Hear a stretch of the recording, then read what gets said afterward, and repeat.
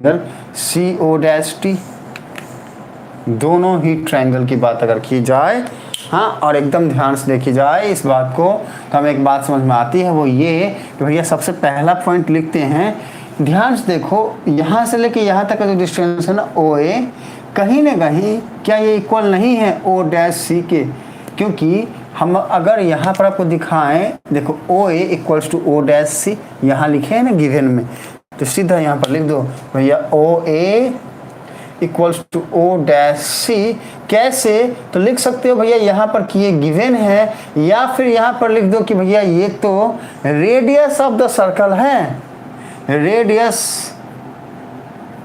Of congruent circle, congruent circle, आप ऐसा लिख दो, ठीक है, ऐसा लिख दो, दोनों बातें सही हैं, या तो गिवन लिख दो या फिर ये बात लिख दो, क्योंकि गिवन में ऑलरेडी हमने ये बात मेंशन कर दिया है यहाँ पे, तो ये बात यहाँ लिखने का कोई ज़रूरत ही नहीं है।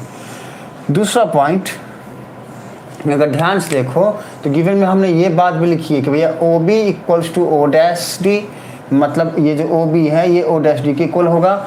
हमको जैसी ज़रूरत है हम चीज़ों को उस हिसाब से लेते चले जाएंगे, तो हमको इसकी भी ज़रूरत पड़ गई, भैया OB इक्वल्स टू O'।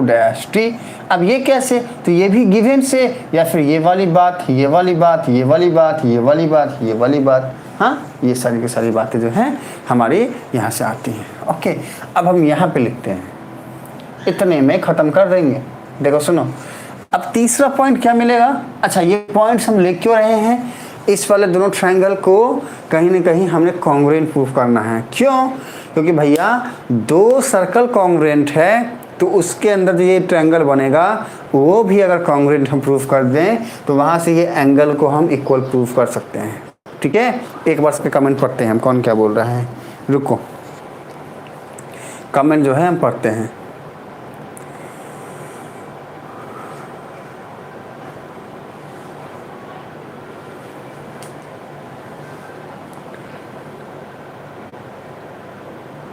अच्छा, लगता है नंदिनी 6 और 7 चैप्टर को नहीं समझ रही है, इसलिए फाइंड नहीं कर पाती है।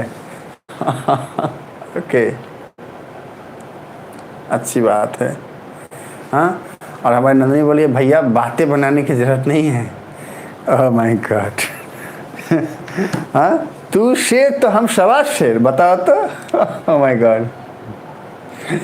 चलिए इधर आइए, टॉपिक पे आते हैं और इसको जो है मतलब प्रूफ करते हैं फटाफट। इधर आओ, देखो सुनो, तो अब तीसरा ऑब्जर्वेशन हमारा क्या है, वो है गिवन वाली बात है कि भैया AB इक्वल टू CD। अब तीनों की तीनों बातें गिवन से ही तो हमें मिल गया। हाँ, बहुत ही ईजी है।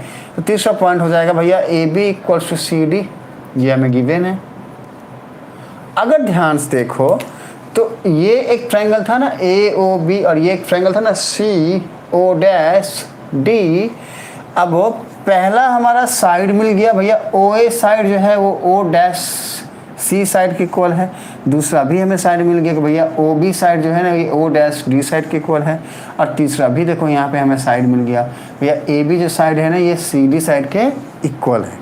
ठीक है, तो तीनों साइड हमें मिल गया, तो हम यहाँ पर सीधा लिखेंगे कि भैया बाय SSS कॉन्ग्रुएंसी क्राइटेरिया। हाँ, हम क्या लिख सकते हैं कि SSS कॉन्ग्रुएंसी क्राइटेरिया से ट्रायंगल AOB जो है वो कॉन्ग्रुएंट होगा ट्रायंगल CO'D के। Triangle AOB is congruent to triangle CO'D। अब देखो, अब जैसे ही ये बात हमें मिल गई तो हमें एक बात यहाँ से समझ में आएगी, वो ये कि भैया एंगल AOB जो होगा ना, ये वाला एंगल O, ये एंगल O' के इक्वल होगा। आराम से लिख सकते हैं हम, यहाँ से लिख देंगे भैया therefore angle AOB is equals to angle CO'D। अब देखो ध्यान से, एंगल AOB मतलब क्या है, एंगल AOB मतलब ये वाला एंगल, एंगल CO'D मतलब क्या है, CO'D मतलब ये वाला एंगल। दोनों आपस में क्या हो गए, इक्वल प्रूफ हो गए बच्चा। अब इसके बाद आप ये लाइन उठाओ कि भैया hence equal chords of congruent circle subtend equal angle at their centre, और उसके बाद लिख दो प्रूफ्ड, दैट्स इट, खत्म होता है। हाँ, तो कुछ इस तरीके से जो है चीज़ों को हम समझते हैं। आइए इसमें आपको बताता हूँ कि कैसे